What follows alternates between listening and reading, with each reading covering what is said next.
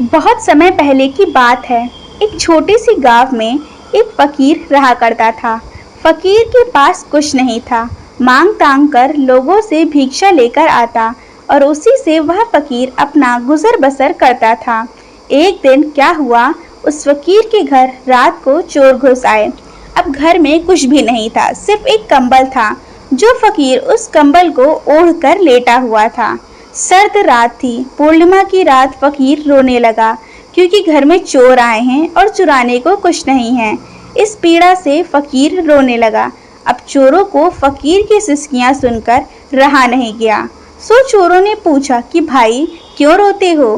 तो उस फकीर ने कहा कि आए थे, कभी तो आए, जीवन में पहली दफा तो आए।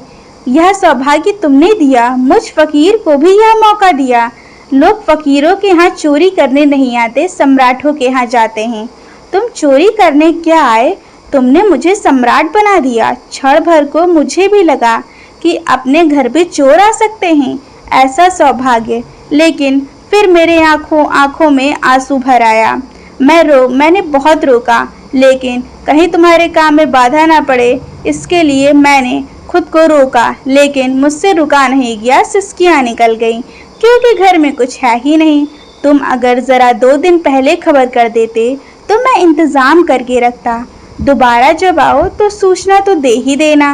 मैं गरीब आदमी हूँ, 2-4 दिन का समय होता तो कुछ न कुछ मांग तूंग कर इकट्ठा कर लेता। अभी तो यह कंबल भर है मेरे पास, तुम इसे ले जाओ और देखो, इनकार मत करना। इनकार करोगे तो मेरे हृदय को बहुत चोट पहुंचेगी। फकीर की बातें सुनकर चोर तो घबरा गए।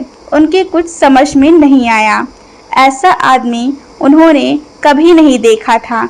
चोरी तो जिंदगी भर से की थी, मगर ऐसा आदमी उन्हें पहली बार मिला था। पहली बार उनकी आंखों में शर्म आई, हया उठी।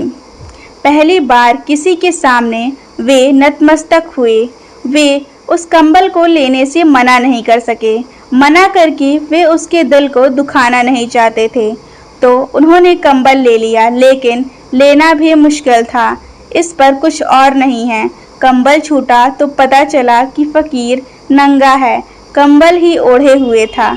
वही एकमात्र वस्त्र था, वही ओढ़नी, वही बिछौना था। लेकिन फकीर ने कहा, तुम मेरी फिक्र मत करो, मुझे नंगी रहने की आदत है और तुम 3 मील चलकर गांव से आए हो। सर्द रात है, कौन घर से निकलता है? कुत्ते भी दुबके पड़े हुए हैं। तुम चुपचाप ले जाओ और दोबारा जब आओ तो मुझे खबर कर देना। चोर तो ऐसे घबरा गए कि एकदम निकलकर बाहर हो गए। जब बाहर वे जा रहे थे तब फकीर चिल्लाया कि सुनो, कम से कम दरवाजा बंद करो और मुझे धन्यवाद दो। चोरों ने सोचा यह तो बड़ा ही अजीब आदमी है, और ऐसी कड़कदार उसकी आवाज थी कि उन्होंने उसे धन्यवाद दिया और दरवाजा भी बंद किया और वे वहां से भाग गए। फिर फकीर खिड़की पर खड़े होकर दूर जाते उन चोरों को देखता रहा। मैं बहुत गरीब हूँ, मेरा बस चलता तो आज पूर्णिमा के चांद को भी आकाश से उतार कर उन्हें भेंट कर देता। कौन कब किसके द्वार आता है, वो भी आधी रात में। यह लोग आस्तिक हैं, इन्हें ईश्वर में भरोसा नहीं है, लेकिन इन्हें प्रत्येक व्यक्ति के ईश्वरत्व में भरोसा है। कोई व्यक्ति नहीं है ईश्वर जैसा, लेकिन सभी व्यक्तियों के भीतर जो धड़क रहा है, जो प्राणों का मंदिर बनाए हुए है, विराजमान है, जो श्वासें ले रहा है, उस फैले हुए ईश्वरत्व के सागर में उनकी आस्था है। फिर कुछ दिनों के बाद एक दिन वो चोर पकड़े गए। अदालत में मुकदमा चला। वह कंबल भी पकड़ा गया, और वह कंबल तो जाना माना कंबल था। वह उस प्रसिद्ध फकीर का कंबल था। मजिस्ट्रेट तुरंत पहचान गया कि यह कंबल उस फकीर का है।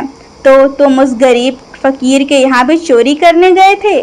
फकीर को बुलाया गया और मजिस्ट्रेट ने कहा, अगर फकीर ने कह दिया कि यह कंबल मेरा है और तुमने चुराया है, तो फिर हमें और किसी प्रमाण की जरूरत नहीं है। उस आदमी का एक वक्तव्य 1000 आदमियों के व्यक्तित्व से बड़ा है। फिर जितनी सख्त सजा मैं तुम्हें दे सकता हूँ दूंगा। फिर बाकी तुम्हारी चोरियां सिद्ध हो चाहे ना हो, मुझे फिक्र नहीं है। उस एक आदमी ने अगर कह दिया तो तुम्हें कड़ी से कड़ी सजा होगी। चोर तो घबरा रहे थे, कांप रहे थे, पसीना पसीना हुए जा रहे थे जब फकीर अदालत में आया। और फकीर ने आकर मजिस्ट्रेट से कहा कि नहीं, ये लोग चोर नहीं हैं, ये बड़े ही भले लोग हैं। मैंने कंबल इन्हें भेंट किया था और इन्होंने मुझे धन्यवाद भी किया था, और जब धन्यवाद दे दिया तो बात खत्म हुई। मैंने कंबल दिया, इन्होंने धन्यवाद दिया। इतना ही नहीं, ये इतने भले लोग हैं कि जब यह बाहर निकले तो दरवाजा भी बंद कर गए थे। ये आस्तिकता है। मजिस्ट्रेट ने चोरों को छोड़ दिया क्योंकि फकीर ने कहा था, इन्हें मत सताओ, ये लोग प्यारे हैं, अच्छे लोग हैं, भले लोग हैं। फकीर के पैरों में वह चोर गिर पड़े और उन्होंने कहा, हमें दीक्षित करो, वे सन्यास्त हुए हैं।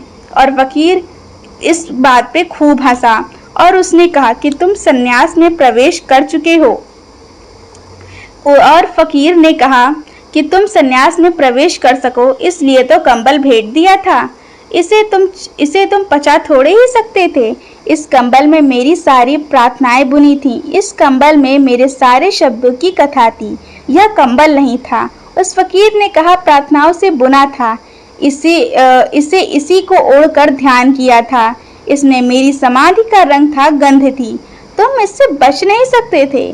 मुझे पक्का भरोसा था कि कंबल ले आएगा तुमको भी, और तुम आखिर में आ गए। उस दिन रात में आए थे, आज दिन में आए हो। दिन चोर की तरह आए थे, आज शिष्य बनकर आए हो। मुझे भरोसा था, क्योंकि बुरा कोई आदमी है ही नहीं। बुरे से बुरे आदमी में भी जिसे भरोसा है वह आस्तिक है।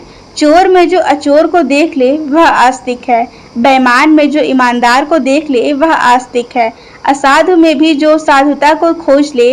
हालांकि ढेर है असाधुता का, लेकिन कहीं ना कहीं साधुता का हीरा भी दबा पड़ा होगा, वह आस्तिक है। और इससे उल्टा नास्तिक है। नास्तिक वह है जो गुलाब की झाड़ी के पास जाए तो गुलाब के फूल तो उसे दिखाई ही ना पड़े, कांटों की गिनती कर ले, और कांटों को गिनोगे तो कांटे चुभेंगे और हाथ लहूलुहान भी हो जाएंगे, क्रोध भी जगेगा। कहानी से हमें यह शिक्षा मिलती है कि अगर हम किसी व्यक्ति से अच्छा व्यवहार करते हैं तो सामने बुरा आदमी भी एक दिन अच्छा आदमी बन जाता है। अगर आपको यह कहानी पसंद आई हो तो वीडियो को लाइक, शेयर और सब्सक्राइब ज़रूर करें।